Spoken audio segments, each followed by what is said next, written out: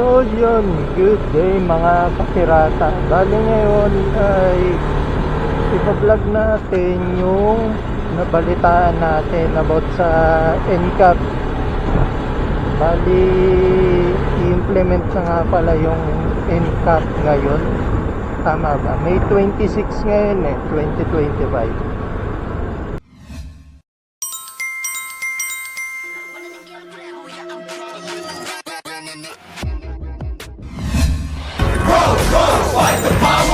So sabi nila i-implement na daw ngayong araw yung NCAP. Bali ano nga ba yung NCAP? Ang ibig sabihin nun is no contact apprehension. In short, nasa camera ang pera. Ang galing! Ang galing!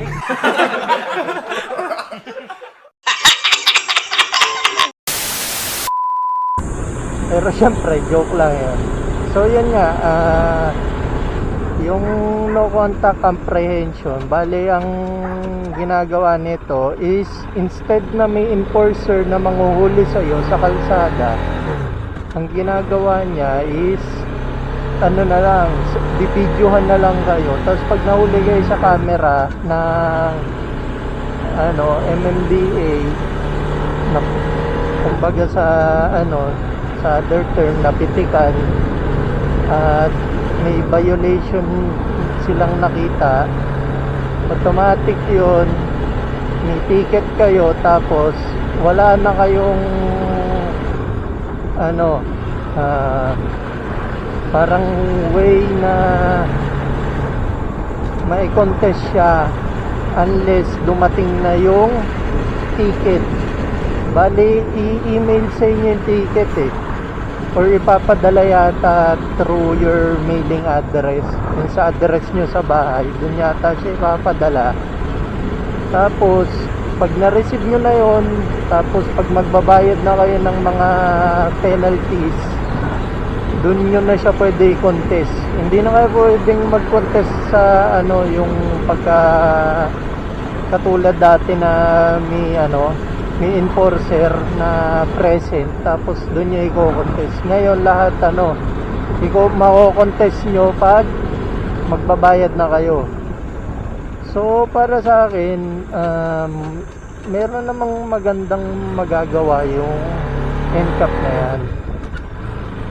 Pero syempre meron ding yung hindi nakakabuting may dudulot. Katulad siguro nung ayun nga, kung mali yung huli sa'yo, syempre wala kang way para i-contest. Parang kailangan mo pang pumunta doon sa sa office ng MMDA. Parang doon mo na siya mako-contest. Paano kung mali talaga yung huli sa'yo in the first place? Di na abala ka, pinuntahan mo kasi, pinuntahan mo pa So parang bago ka pa makapag-contest or maiwasan sana yung aberya, na-aberya ka na kasi pupuntahan mo nga para i-contest lang. Tapos siguro yung pangalawa, yung pag mali nga yung huli, or kung may pinapaboran lang yung yung batas. Siguro mamaya i-discuss ko pag nandun na tayo sa Commonwealth. Ayun, nahahapiawan natin yung mga pangit na may dudulot ng NCAP, pero pag-usapan natin yung mga magaganda bago ulit tayo bumalik doon sa mga pangit. Siguro ang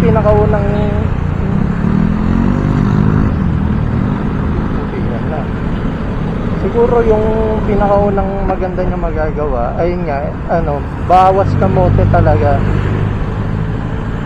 Kasi syempre mag-iingat lahat ng mga motorista sa paggawa ng violation. So ano pa bang magandang nadulot ng NCAP ngayon. Yun nga, dahil no contact apprehension na mangyayari, hindi na masyadong traffic kasi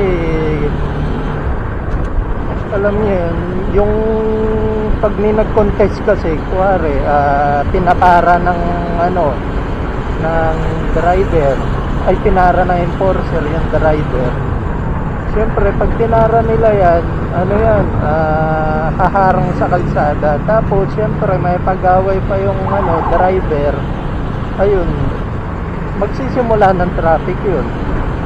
So yun yung nakikita kong kagandahan niya. Tapos ano pa bang naisip ko? Hindi talaga ako familiar sa NCAP na yan pero alam ko nga lang talaga nanguhuli sila ng hindi na kailangan ng presence ng enforcer. So parang pinapanood nila sa CCTV yung lahat ng ng nagbabiolate. Parang hindi ko alam paano nila hinuhuli. Siguro pag may na sila yung pag may na tsempuan sila, tapos parang mamanmanan, parang gano'n. Tapos pag umulit yata, doon na nila titikitan.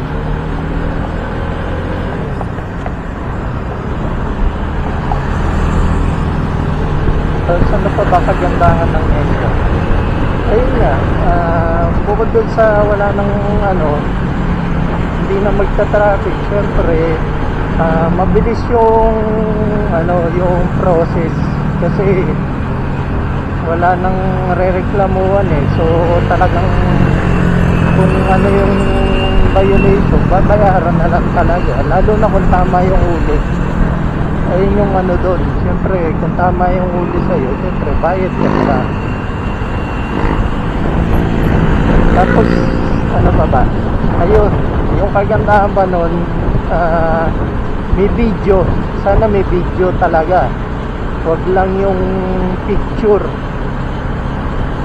Dapat every time na manghuli sila, papanood nila yung video doon sa sa violator. Kasi kung picture na ipapakita nila, sasabihin nila, uy, huli ka kasi may picture ka. Siyempre yung violator maghahanap ng ng proof. Hindi mo naman pwedeng sabihin, uy, ka dito, nag-swerve ka, tapos pinakita mong picture, still image. Siyempre paano makikita doon na nag-swerve ka talaga? So yun nga, kung may NCAP, may video, di ba? At least may record na pwedeng ipanood doon sa violator na tignan mo, ito yung pagkakamali mo, ganito yung ginawa mo. So malilesen yung yung parang aggression ba tawag? Parang yung kung tama yung huli, siyempre wala nang palag yung violator. Pero yun nga, kung mali, tapos sa panood sa video na mali, siyempre dapat managot din yung yung nag-ticket sa kanila. Ako personally, pag na-ticketan ako dyan, tapos mali yung huli sa akin, siyempre i-contest ko yan. At siyempre hindi ako papayag na parang sorry lang matanggap ko dun sa nag-ticket sa akin. Kasi ikaw na ikaw na rider or driver, kailangan mo puntahan yun, so abala na yun. Tapos magbabayad ka pa, yung oras mo pa, di ba? So maraming maraming oras ang masayang sa'yo. Pero yun lang naman kung mali ng huli. Pero kung tama huli nila, talagang nagawa ko yung violation na yun, okay na sa'yo huliin nila, ay magbayad ako. Traffic, ano kaya meron?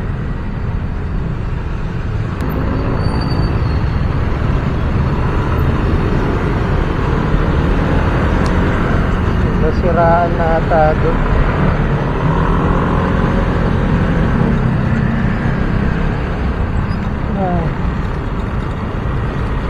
Sana hindi tayo matraffic. Nagutom na ako, nakalimutan ko kumain ng tanghalian.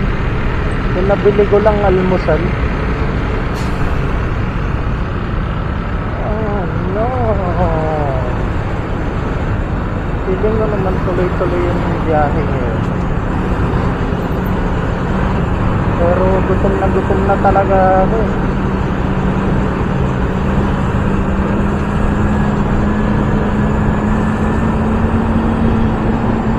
So siguro yun lang yung masasabi ko sa ngayon na magandang may dudulot ng NCAP.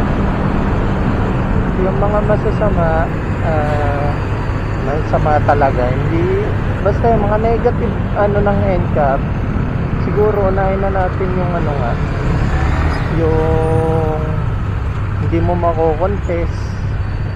Ayun, which is nabanggit ko na kanina. Tapos, ano pa ba?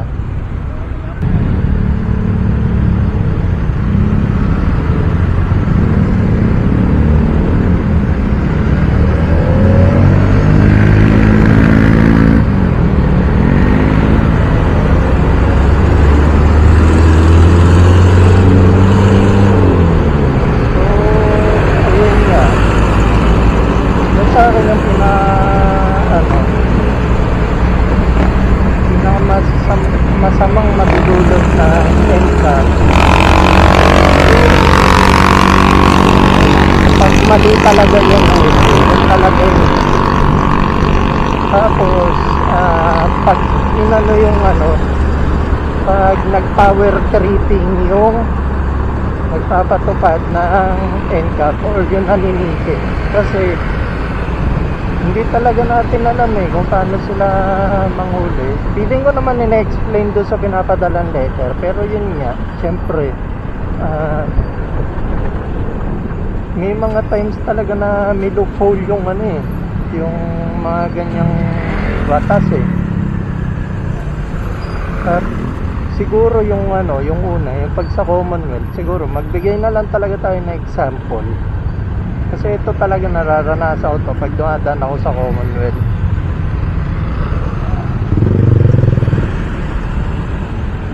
Yung pinakauna talaga doon is yung motorcycle lane.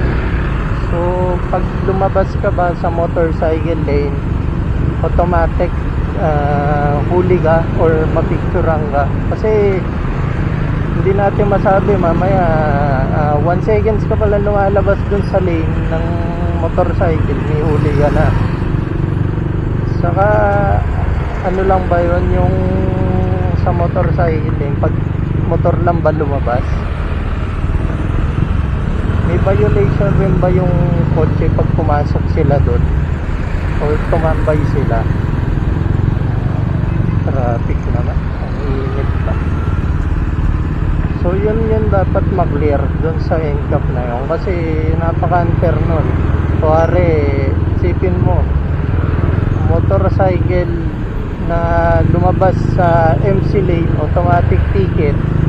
Tapos sabihin na natin yung reason kung bakit ka lumabas is nakatambay dun sa motorcycle lane. Kuwari, kotse, tagal nakatambay dun. Tapos lumabas ka kasi nga nakaharang sila doon sa MC lane. Huli rin ba sila nun? Or ikaw lang? Yung yung kailangan malinaw doon sa batas. Kasi unfair naman talaga kung motor lang talaga huliin nila. Ayun yung sinasabi nating dapat maganda yung implementation para masabi nating tama yung pagpapatupad ng NCAP. Kasi kung may pinapaboran lang yan, kung nakapabor lang sila sa mga sasakyan tapos laging kakawawain yung mga nakamotor, di wag na nila i-implement, di ba?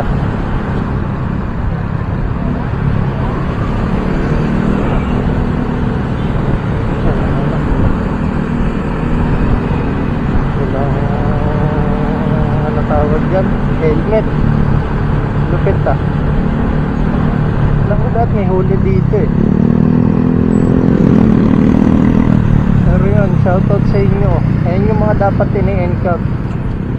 Yung mga, alam nyo, kahit malapit lang, eh nasa national highway tayo eh, or major road. So dapat talaga mag helmet ka. Kasi para sa kabutihan mo rin naman yung helmet na yan. Pag yung may nangyari aksidente at wala kang helmet, malaking chance ano ka, may pagkalalagyan ka talaga. Yan. So wala nang dumadaan sa bike lane kasi nga baka may huli or ma-picturean tayo, mapitigan tayo ni haring MMDA. NCAP na.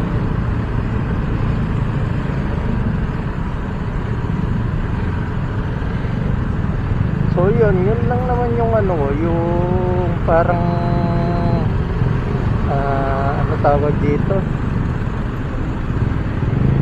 yung parang hinaing ko or reklamo ko kung mapatupad yung NCAP. Sana maging fair na hindi lang puro motor yung huli nila. Sana pati yung mga tumatambay na kotse sa motorcycle huliin nila, kasi inaano nga nila hinuhuli nga nila yung mga motor na nalabas tapos yung mga tumatambay na kotse ayaw nila huliin. So diba parang unfair. So yun lang naman yung aking yung aking hinaing.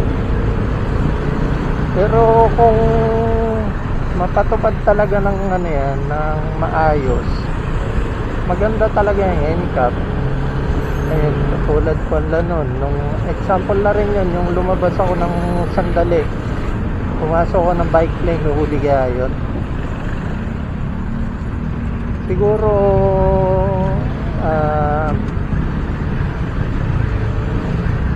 simula dito hanggang sa makauwi tayo, puro example na lang gawin natin kasi wala naman ang masyado nakikitang tawag dito, nakikitang negative or positive sa NCAP. Pantay na pantay lang ang aking opinion para sa NCAP. Ano to, Banggana pangalawa na to, lagi na lang.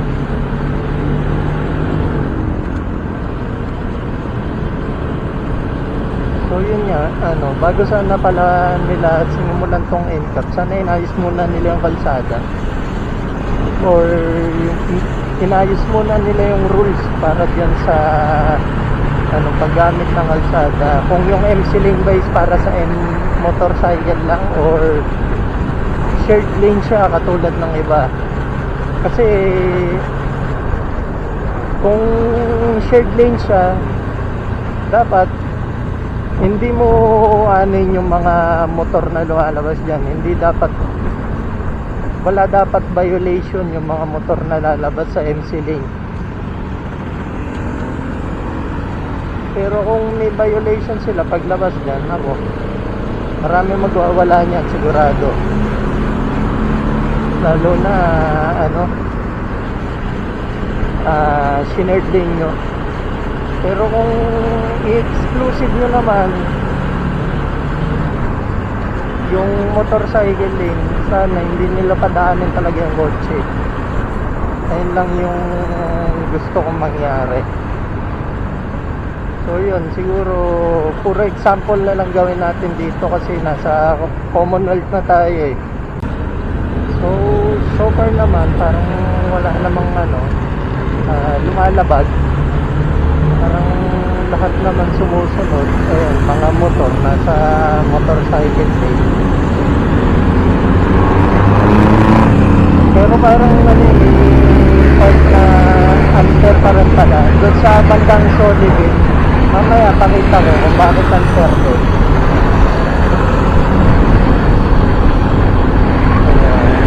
So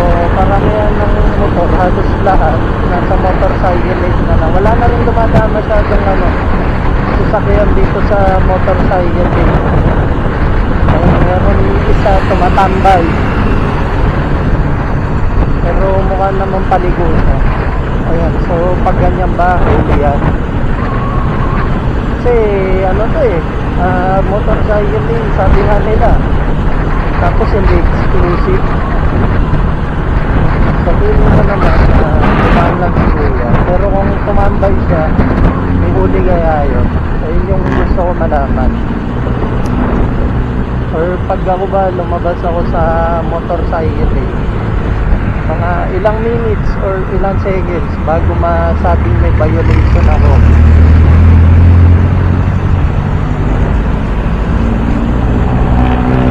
Ngayon naman feeling ko lahat sumusunod. Kasi first day nga ngayon, ayaw matigitan eh. Pero doon sa Solibin, medyo mahirap yung gusto nila. Kasi ano yun eh, hindi parang semi-crossing. So maraming lumalabas sa truck doon sa Solibin Street. Street nga ba yung Solid? Basta Solibin. Maraming lumalabas dun eh. So talagang kung motor ka at kotse ka, mapapaiwas ka. Pero ayun nga, saka sa mga palad, syempre pag motor ka, may ano lang, may certain distance lang para makaiwas ka. Kailangan mo agad bumalik ng motorcycling. Kasi pag di ka bumalik, ayun, possible matikitan ka. Eh syempre, ayaw naman natin matikitan. Pero ayun nga, dati kaya ako na-aksidente doon kasi pinilit kong mag-stay doon sa motorcycling sa bandang Solibin. Kasi nga ano eh, takot na takot ako dating matikitan. Eh pagkalagpas mo ng onti doon sa Solibin, may ano na doon eh, may ang tawag doon, may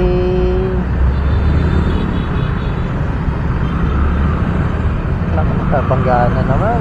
Pang ilang aksidente na ito, dahil nga nakikita aksidente ah.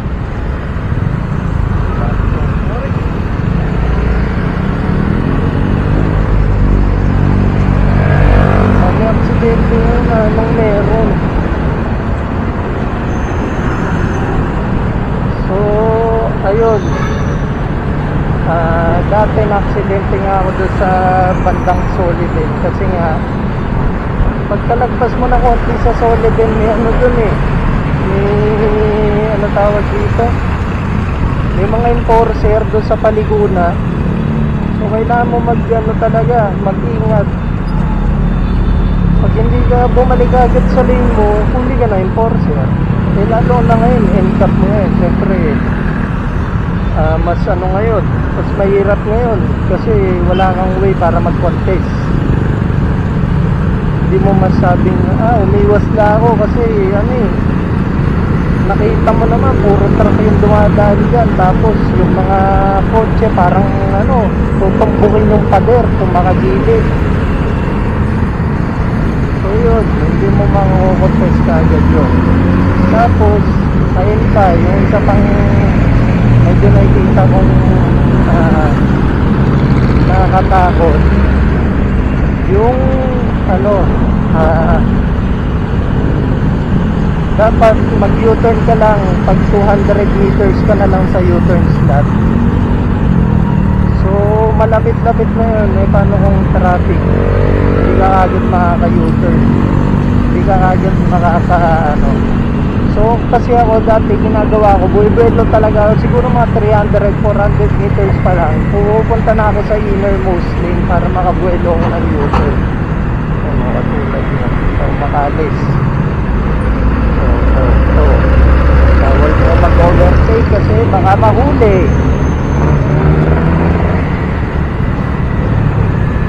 Tapos sila tambay lang na ganyan, pathetic lang yung mga bus.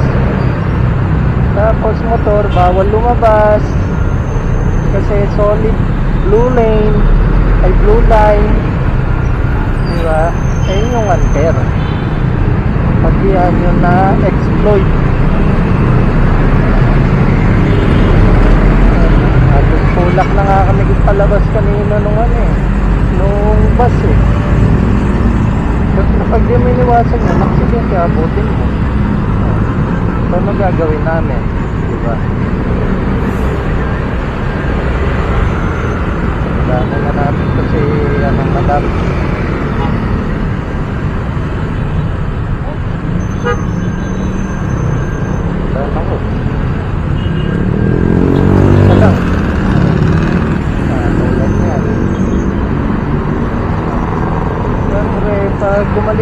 possible mahuli ka.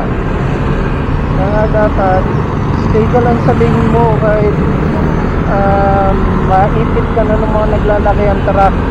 Kahit malapit ka na masagasaan o mabangga, huwag ka alis sa motorcycle lane pag motor ka. Lalo na yung NCAP na yan. Nako.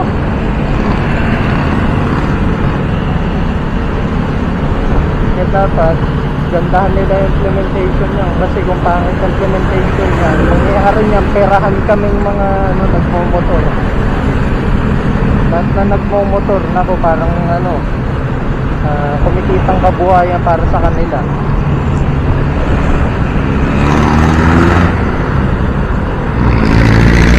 Dito tuloy-tuloy naman, hindi natin kailangan lumabas ng lane.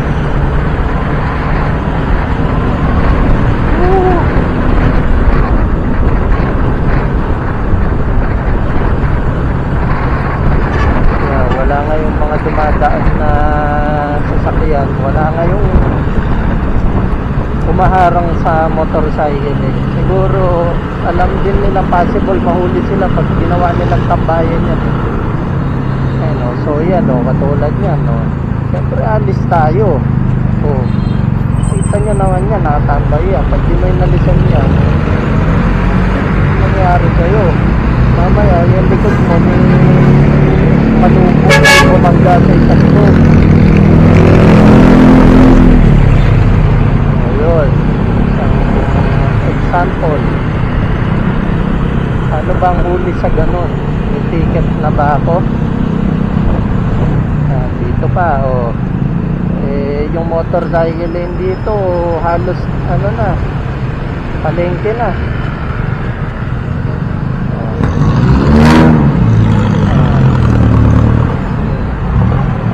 Diba? Ang ganito na aksidente tapos may bumangga sa ticket ko.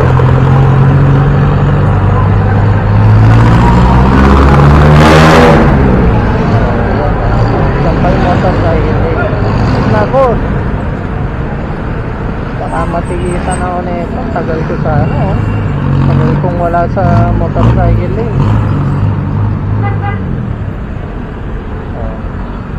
Diba? Saya.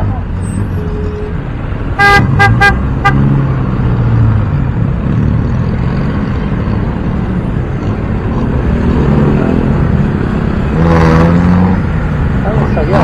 Tingkap pa mo.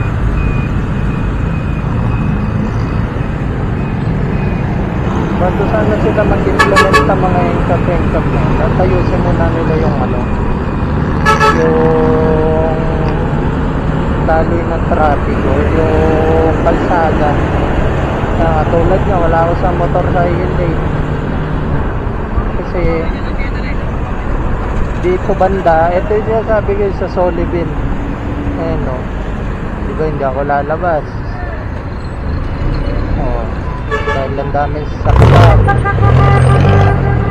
Tapos mamaya may babangga sa isa gilid. Ganyan yung naging senaryo sa akin dati, kaya ako na-aksidente. Bawal lumabas doon ng motorcycle pag NCAP.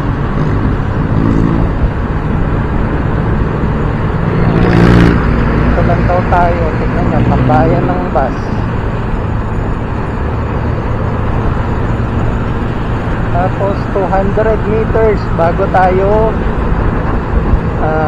lumapit sa innermost para mag-U-turn. So ang gagawin natin, syempre yan magsiserve tayo ng malayo. Buti ngayon wala syadong sasakyan, pero maraming sasakyan, napakahirap mag U-turn. So yun ba, huli pa rin yung ganon. Ayun yung gusto ko malaman.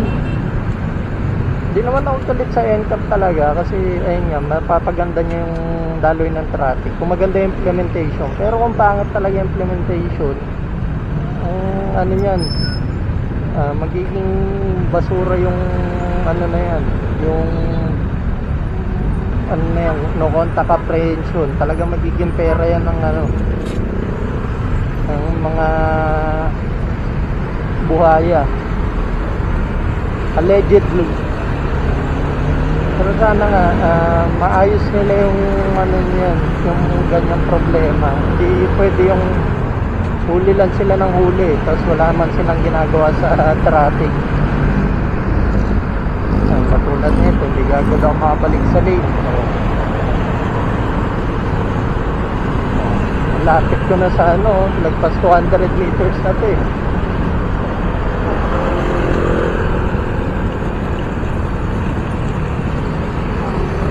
So yan, siguro hanggang dito na lang.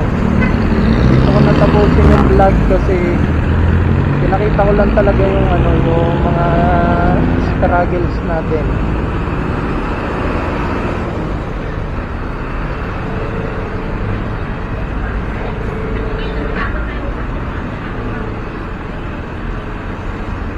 Lalo na dyan sa ano, bandang Solidin kasi dyan talaga tayo nagka-problema eh.